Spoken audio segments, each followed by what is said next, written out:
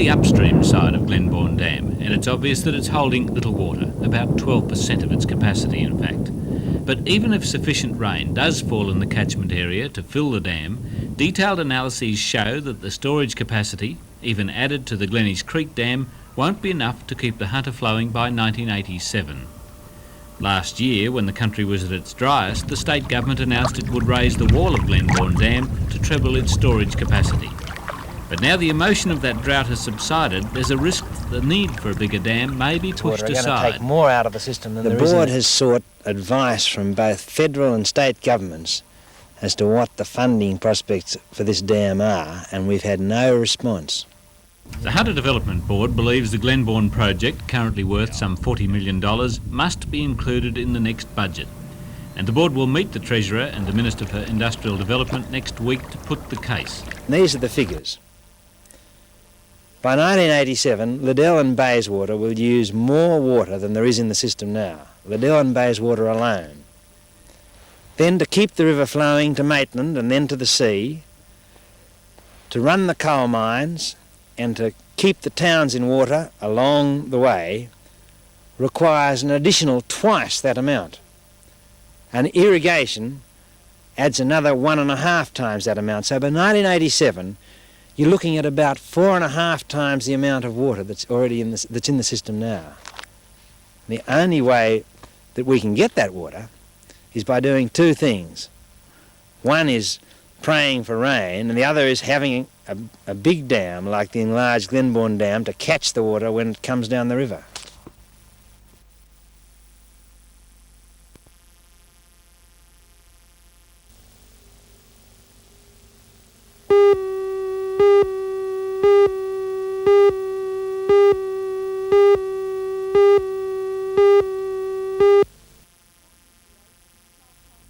According to the agents, Charlestown Quay will offer something unique to Newcastle. 3 major traders and 16 specialty shops will work alongside professional suites and medical offices. But the showpiece will be the food hall, complete with a 5-star chef and a 740 square metre fruit barn. The site has been sought after by many developers, but the software retailers from Queensland, Corvette, have emerged the victors. Agent Mr Jerry O'Doherty. Corvette are very well known to the Coles company. They have bought several sites, and in fact at the same time as this deal was put together, we have purchased another one at Katoomba. So Coles know exactly who they're dealing with. They know the Corvette directors personally at managing director level, and they know that the site will be developed in the interests of all the people who are participants in the Charlestown shopping area. This is the site for the proposed 15,000 square metre development. Although Corvette now owns the land, it has to wait until February, when plans are due to go to council before it can start work on Charlestown Quay.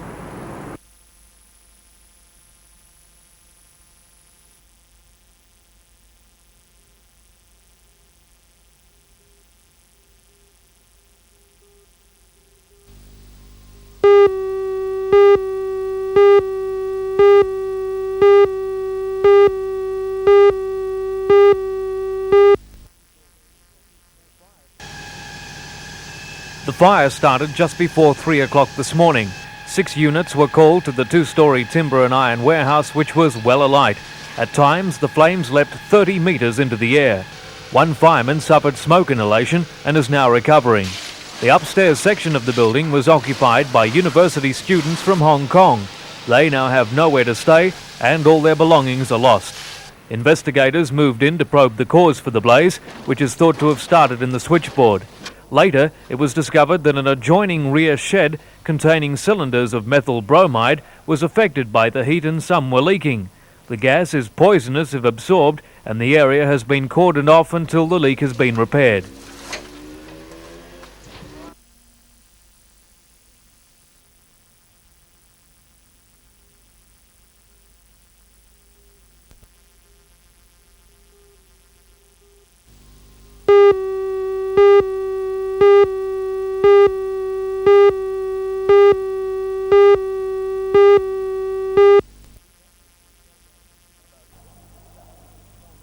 About 300 families in Saltash and Madawi have been doing battle with the Air Force over the weapons range. They say the noise of low-flying planes is affecting their lifestyle. Mothers say their children can't hear the teacher in the local school when Mirage jets pass over. This morning, a small group of residents took the chance to put forward their case to the Parliamentary Works Committee. More than $100 million will be spent to update the base for the introduction of the FA-18 bombers. The resident spokesman, Mr Bob Cram, says a site at Singleton near the Army base and an area of bush north of Tea Gardens are two alternative sites being put forward to the committee.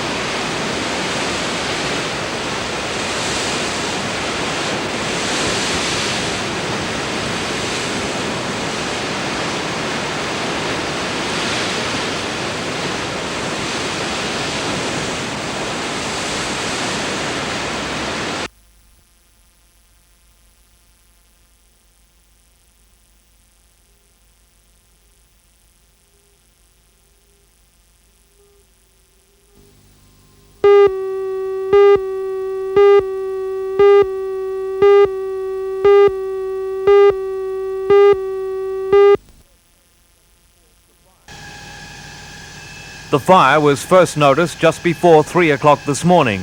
It set alight the building next door to the Social Security office in Denison Street, Hamilton.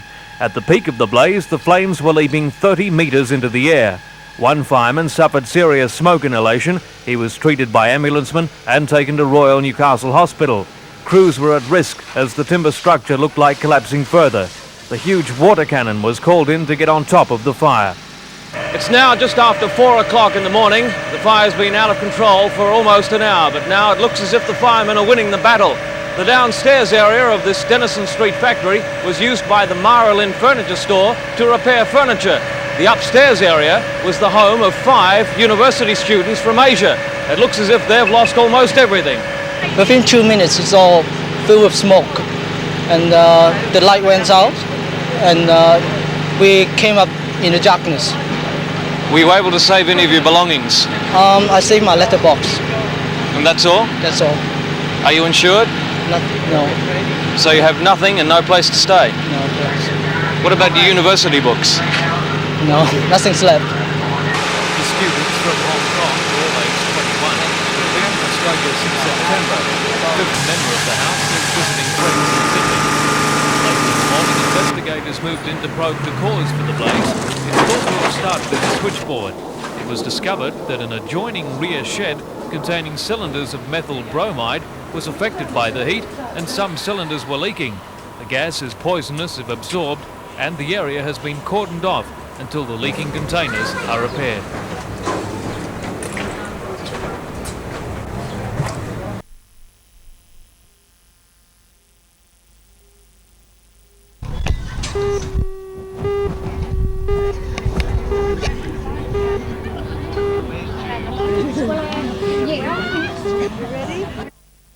Watched by a large crowd, the president of the New South Wales Women's Bowling Association, Jean McKinnon, made the presentation of the #1 state pennant to the Warners Bay Bowling Club today. She was ably assisted by the secretary of the Newcastle District Women's Bowling Association, Elsie Smith. The winning team comprised Kath Farrell and Gwen Cox, who were the skippers, Barbara Bunce and Pat Bellaby, who were the thirds, Ina Hall and Barbara Sutcliffe, and Ray Sutcliffe and June Coplick.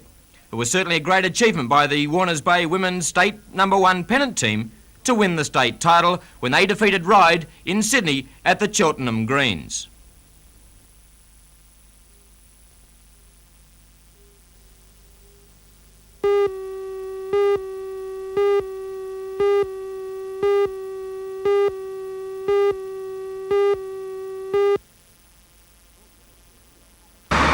Before today's hearing by the Parliamentary Committee began, there was a mild protest outside the RAF base. Residents disputing not so much the expansion of the base, but the proximity of the Salt Ash bombing range to their houses. When the inquiry got underway, that theme was repeated, but in different ways. The Salt Ash concerned citizens told the committee they believe the range should stay where it is, but that future residential subdivision near it should be prevented. The group was critical of the council for not confirming the however, another group of Salt Ash residents called for the range to be removed, suggesting recycling lower rates as possible.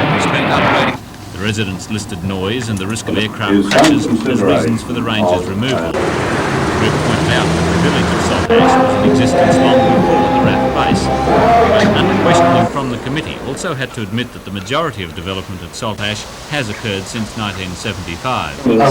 One of those opposing the Salt Ash range was Port Stephens Councillor Bruce Mackenzie. The committee questioned Councillor Mackenzie closely on his own land holdings near the range, but the councillor said he had no intention of developing these even if the range was shifted. The Parliamentary Committee also received submissions from Port Stephens Council, the Department of Environment and Planning and the Water Board. The hearing concluded this afternoon and the committee's findings will be put to the government when Parliament resumes in August.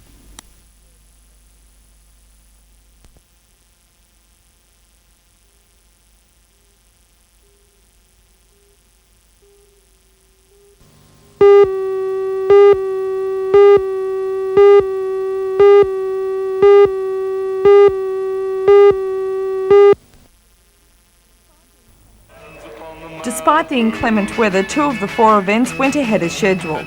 These were the original Malibu and the modern board event. The modern boards must be at least 2.6 metres long, but they can be made from lighter materials. The organisers say this is a practice session for the Steel City 1983 Invitational Classic, which is to be held in October. 170 Malibu enthusiasts are converging on Newcastle for the event. But today the riders were more concerned with staying on their boards than what future competitions might bring.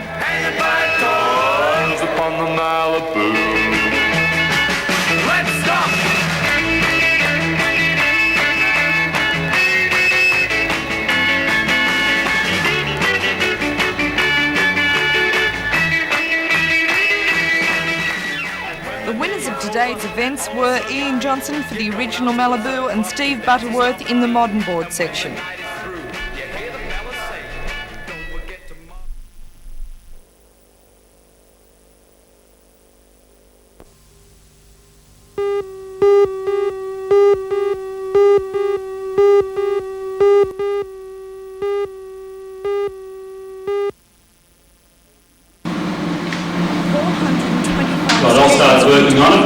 High schools converged on the Newcastle College of Advanced Education today for a series of 6 45-minute maths talks.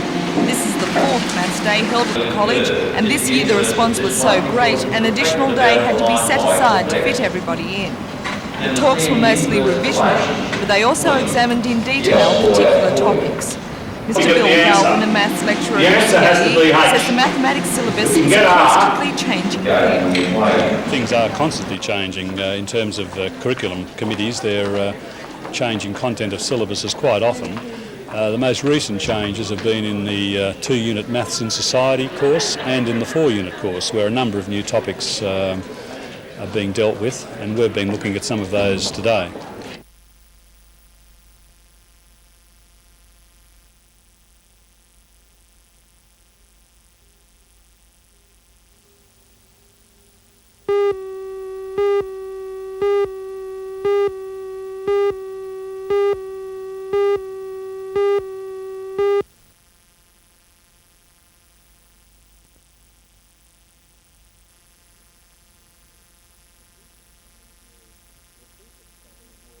The cheapest thing will be the enlargement of Glenbourne Dam. That's $40 million, trebles the capacity of Glenbourne. In original cost terms, the next cheapest dam was Karabi site, and the Water Resources Commission had no technical problem with that one. That was 800,000 megalitres at a cost of 80 million. There were great objections, though, and the government then said it wouldn't go ahead. But do you mean that there will be now a new push for Karabi?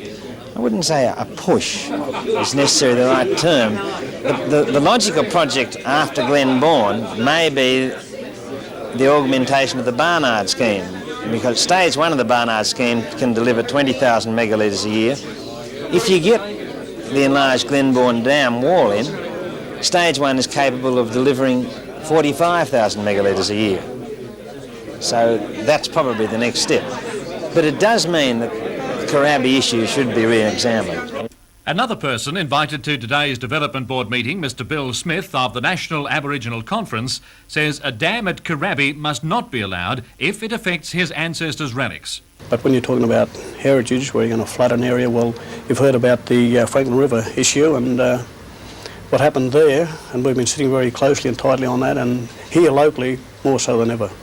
So you definitely oppose the idea of Corabi re-emerging? Yes, but we're prepared to sit down and talk and look at the issue to see what sites or what area they're anticipating damming or would like to dam, but no way as far as flooding our sites for heritage and culture, because it's a part of the general public as a whole.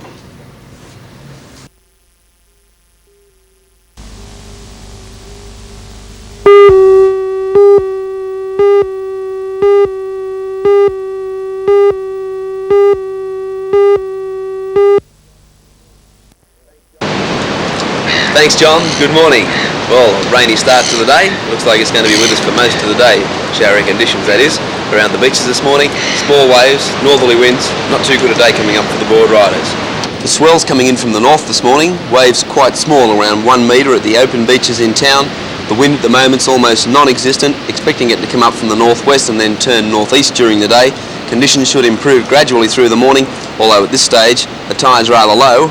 We don't have too many waves breaking. The tide's coming in, and by about 10:30 this morning it's going to look fairly full, and there won't be too many waves breaking at some of the open beaches. For the board riders, northern corners, best waves, strong left-handers more than the rights, and if you'd like to go for a swim, all of our city beaches are quite safe. And what's the weather like today? The forecast reads cloudy and cool. Some showers, northwest to northeasterly winds at 10 to 20 knots, that's 20 to 40 kilometres per hour, and seas choppy inshore on a low swell. Newcastle expecting a top today of 18 degrees and 17 degrees for Scone. High tide coming up at 10:43 this morning, 1.3 metres. Low tide will be at 9 minutes past 4 this afternoon at 0.6 of a metre. And the outlook for Friday, cool with showers clearing to sunny periods and westerly winds. And there we have it, small waves around 1 metre for the board riders. Winds possibly picking up from the northwest and then turning northeast during the day. Best waves will be found earlier this morning around 9:30 to 10 o'clock. If you'd like to go for a swim, city beach is safe, and a top of 18 degrees for Newcastle with showers. That's it. Back to you, John.